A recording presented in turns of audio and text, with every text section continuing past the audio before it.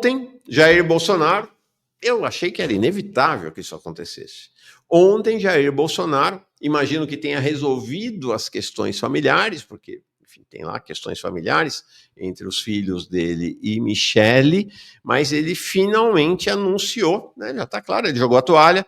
Ele tinha elaborado, importante dizer, Bolsonaro tinha elaborado uma estratégia similar à de Lula em 2018. Lula sabia que a chance de sair candidato em 2018 era pequena. No caso de Bolsonaro é zero, né? Não tem a menor chance, ele está condenado, está sem os direitos políticos e não vai poder concorrer. No caso de Lula, ele tinha uma decisão judicial que o impedia de concorrer. Mesmo assim, ele lançou a candidatura e estressou o TSE e o STF até o fim, buscando o direito de concorrer. Deixou para lançar a candidatura do Bolsonaro, do Haddad, desculpa, bem na reta final da campanha.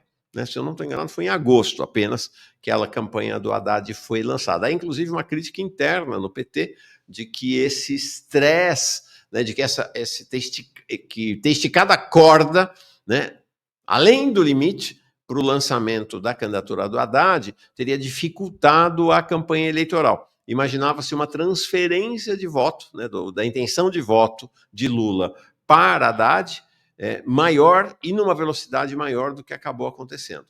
Né?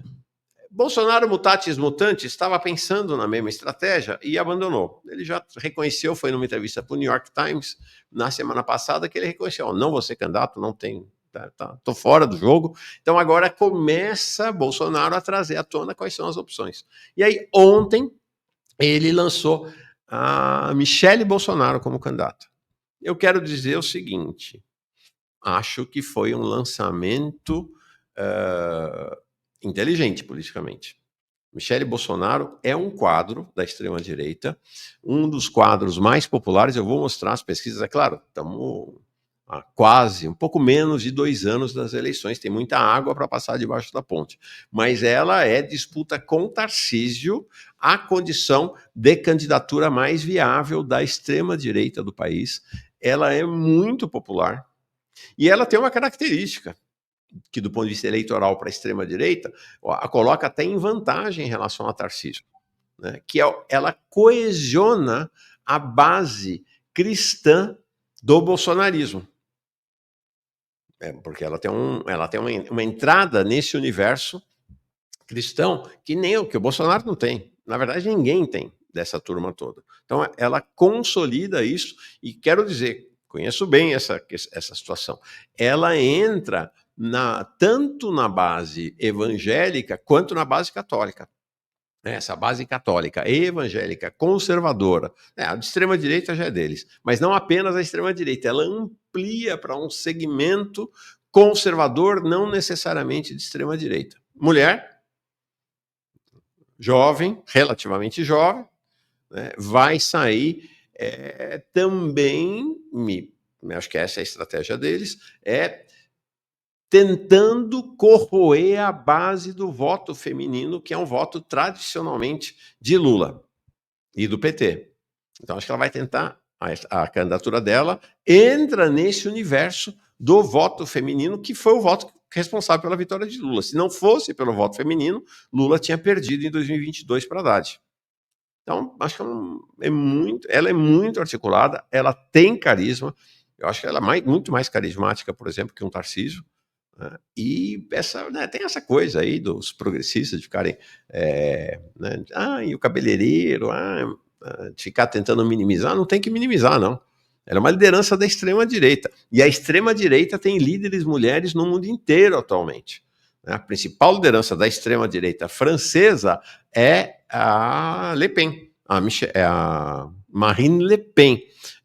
Na Alemanha, a líder da alternativa para a Alemanha, da AfD, que é o partido da extrema-direita, que já é o nome escolhido pela extrema-direita para ser a chanceler, ou primeira-ministra na Alemanha, se eles compuserem a maioria, vai ser difícil, eles vão crescer, vai ser o que vai mais crescer. Mas a líder é Alice Weidel. Então, essa questão do machismo, do patriarcalismo, né, essa coisa agressivamente masculinista da extrema-direita, não os tem impedido de ter candidaturas e líderes mulheres. E a Michelle é uma delas. Acho que assim, foi interessante, acho que é uma estratégia inteligente da parte deles, e é preciso que a esquerda e as forças progressistas, se assim os quiserem, comecem a considerá-la como um risco e combatê-la politicamente, assim como ao Nicolas. A gente viu o Nicolas, né? Nicole, Chupetinha, ficava aquela coisa toda. Tá aí o Nicolas hoje, uma das maiores lideranças políticas do país, só não será candidato, ou não está nas cogitações para ser candidato a presidente, porque ele tem apenas 28 anos. Para ser candidato a presidente no Brasil, precisa ter 35, né? Estamos bem desse ponto de vista, para nós é bom, né? Para o país é bom.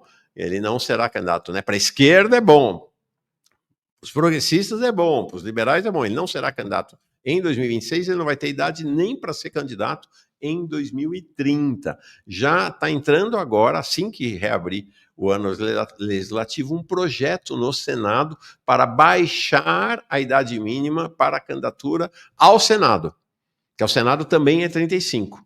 Tá? Então, para deputado federal, ele está lá, né? Não tem essa idade mínima, não é um problema, e ele poderia ser candidato agora, em 2026, ao governo de Minas, mas há quem diga dentro no interior ali do PL que é uma fria ser candidato a governador de Minas nas condições financeiras em que o Estado estará ao final do governo Zema.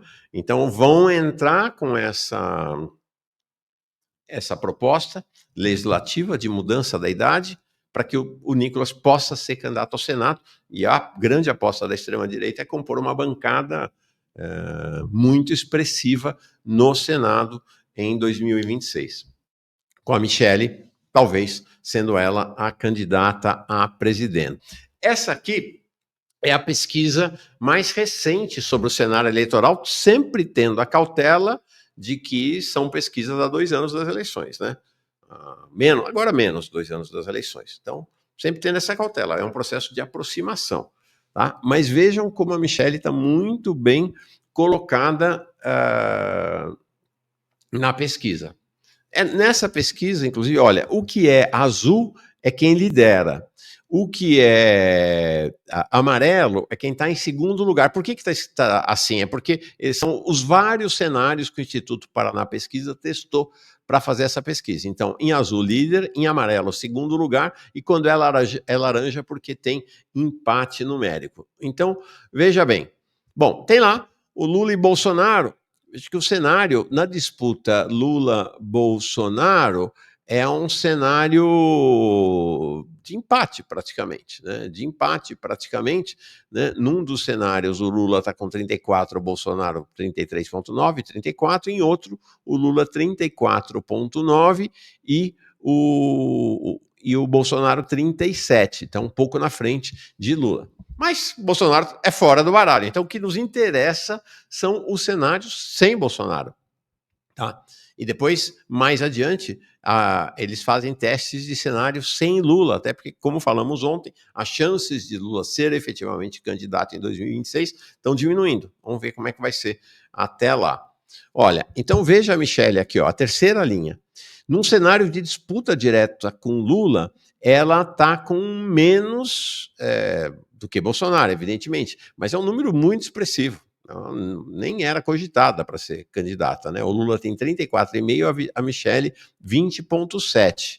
Né? O Tarcísio, num cenário de disputa direta, o Lula até sobe um pouquinho, vai para 35,2 e ele tem mais do que a Michelle. Agora, né? Mas ele é o governador de São Paulo, está com uma exposição absurda. Está com 25,3. Tá? Depois, os outros 2 cenários em que a Michelle aparece, em que não tem nem Lula nem Bolsonaro. Ela é simplesmente a líder. Ela é simplesmente a líder. Ela tem 29,5, Haddad tem 17,9 e o Ciro na frente do Haddad é o segundo colocado, 21,7. Veja aqui o outro cenário, né? Em que a Michelle está com 30 e aí não tem Haddad e o Ciro com 26,1. Muito forte, muito forte. Em relação ao Tarcísio, eu sou dos que considera que a chance do Tarcísio ser candidato a presidente é quase nenhuma, apesar de ser o desejo do capital financeiro, né? Ele foi lançado pelo André Esteves, que hoje é um grande apoiador do Haddad. Se o Haddad se viabilizar, o Haddad vai ser o candidato do capital financeiro. Mas, como em princípio ele não se lança, né, em tese vai ser o Lula. Acho que mesmo sem Lula a chance do Haddad ser candidato é muito pequena, né? É um desastre, né? Vai ficar cada vez pior do jeito que vai o governo e que ele vai manter a política econômica. Então, a questão com o Tarcísio é a seguinte: ele tem uma reeleição certa em São Paulo. A não ser que tenha um desastre de grandes proporções, ele está reeleito em São Paulo, governador. São Paulo que é o segundo orçamento. O governador de São Paulo tem uma importância, é o cargo, é a função mais importante do país depois do presidente da República. Então, ele vai trocar uma reeleição certa em São Paulo. É diferente, inclusive, do Lula, né? O Lula já não tem mais uma reeleição certa. Ontem até brinquei, o pessoal, os petistas, melhor colocar a faixa de volta, né? Já estava com a faixa na mão para colocar no Lula se ele for candidato em 2026. Já não é assim. Vai ser uma disputa muito aguerrida em 2026. Já o Tarcísio não, né? Não tem candidato a governador para disputar com ele em São Paulo. Não tem. Vai ser quem? O Mercadante? O Haddad? O Padilha? Não tem candidato. Ele vai ganhar a eleição muito provavelmente já no primeiro turno. Por que ele vai trocar essa reeleição certa pela aventura de ser candidato a presidente da República? Num cenário aí de incerteza, evidentemente. Então parece que ele tem uma intenção de voto equivalente à da Michele, mas ele tem muito a perder se não vencer a eleição. Acho difícil ele sair candidato a presidente. Então, esse é o cenário. Então, Michele está muito bem colocada nas pesquisas e quero chamar a atenção para o Ciro. Quem contava que o Ciro Gomes estava morto, estava liquidado, enganou-se. Vejam aqui que o Ciro está acima de 10% em todos os cenários e no cenário. Né, tem um cenário, inclusive, em que não tem a extrema-direita, não existe esse cenário, mas só para testar, o Lula tem 34,9%, ele tem 17,3%. Tá, mas aí é um cenário sem extrema-direita. Agora, veja esse cenário sem Lula, tá? E aí com Haddad, Tarcísio e ele. Ele está com 23,7%. Num cenário com Michele, que lidera, né? O Tarcísio lidera, Haddad e Ciro, ele está com 21,7%. Num cenário em que não tem, né, candidato do PT, ele está empatado com o Tarcísio. Num cenário de disputa com Michele, né, sem Tarcísio, sem candidato do PT, 30-26. O Ciro escreve o que eu estou dizendo, vai ser candidato em 2026. E vai ser um candidato competitivo. Incrível, né? Não tem morte em política. O Paraná Pesquisa testou também cenário de segundo turno. E no cenário de segundo turno, vejam que, bom, tem lá Bolsonaro com uma votação maior que a de Lula, mas Bolsonaro não concorre. De qualquer maneira, mostra o cenário de dificuldade, mostra a dificuldade da popularidade do governo. Tá? O Américo Fortal, que fala lá de Fortaleza e não gosta nem um pouco do Ciro, né? Tá dizendo, Mauro, o Ciro tá morto até com os irmãos. Pois é, mas precisa avisar os eleitores brasileiros disso, né? Para os eleitores brasileiros, aí independe da posição em relação ao Ciro. Você pode odiar o Ciro, pode amar, assim como qualquer um deles, né? Para os eleitores brasileiros, Ciro está vivo, né? Está vivo, é uma constatação. Não tem nada a ver com simpatia. Nada a ver com simpatia. Então, veja lá. Cenário Lula contra Michele. Olha aí. 43,1 a 42,2. Cenário Lula com Tarcísio, 43,4 a 40,6. Então, é a chegada de Michele ao cenário eleitoral, depois de lançada pelo Bolsonaro, é uma chegada potente. Ele falou que ele, né, vai botar ela de presidenta e ele de chefe da Casa Civil. Cascata. Cascata, primeiro, porque não vai conseguir, o Supremo vai bloquear, ele vai estar preso, né, vai estar na cadeia. E então o Supremo não vai deixar. E a segunda coisa é a seguinte, gente, tem algo muito importante. Isto aqui, ó, caneta tem poder. Quem tem poder é quem tem a caneta. Você acha que a Michele... Tá óbvio que a Michele vai se construir como liderança política própria. né, e vai se deixar tutelar, né? Hoje ela faz lá essa composição toda, o polo forte, vamos dizer assim, politicamente é o Bolsonaro, mas ele preso na cadeia e ela candidata, tem esse elemento também, né, para juntar essa toda base da extrema-direita nacional, ela tem essa questão, né, de fazer a campanha, né, se referindo ao marido preso, prisão política injusta, essa coisa toda que a gente vai assistir nos próximos anos. Então, realmente é um cenário. Agora, ele ser chefe da Casa Civil, esquece. Não tem a menor chance. Tem gente até que compara essa condição. Ontem saiu uma reportagem, saiu uma matéria no CNN. Com aquela condição, lembram-se quando estava já no final, né, o golpe já muito avançado, e que Dilma tentou nomear Lula chefe da Casa Civil, e quem impediu foi Gilmar Mendes, né? Diga-se de passagem, né? Foi quem vetou. Não tem nada a ver. Uma comparação completamente despropositada. Ali, Dilma estava caindo, o golpe estava em andamento, era uma situação, foi um golpe desesperado de Dilma para trazer Lula, para o Lula fazer a articulação no Congresso e tentar salvar o mandato dela. Não tem nada a ver com essa situação agora de Michele e Jair Bolsonaro. O cenário vai se agravando para Bolsonaro e o bolsonarismo. Lembram-se que ontem eu trouxe aqui esta revelação da Polícia Federal, vendo um vínculo daquela blitz da Polícia Federal no Nordeste, no segundo turno, para dificultar a chegada de eleitores de Lula, obviamente, Nordeste, às urnas. Né? Foi um momento bastante estressante do segundo turno. Alexandre de Moraes deu uma entrevista à tarde, dizendo que não ia, porque teve gente que solicitou a postergação do horário de votação no Nordeste em função disso, né? E o Alexandre de Moraes entendeu que fazer essa postergação poderia levar a um embate muito violento do ponto de vista da contestação do resultado pelos bolsonaristas, e então resolveu não estender e falou: ó, o efeito é muito reduzido, e manteve. Né? E de fato, aparentemente, o efeito foi reduzido, mas eles fizeram a ação, e agora o que a PF descobriu é o vínculo desta ação com a tentativa de golpe de Estado. Hoje, o Aguirre Talento, que é um jornalista do UOL, um cara super bem informado nessa área aí de Polícia Federal, realmente impressionante, ele trouxe está lá no inquérito, um depoimento dessa delegada, Marília Alencar, que foi diretora do Ministério da Justiça quando o Anderson Torres era o ministro. Ela foi levada para lá por ser uma pessoa de confiança do Anderson Torres. O que aconteceu? Depois de tudo descoberto, o Anderson tentou empurrar para cima dela a responsabilidade pela articulação do Ministério da Justiça com a Polícia Rodoviária. Aí ela falou: não, para cima de mim não, violão.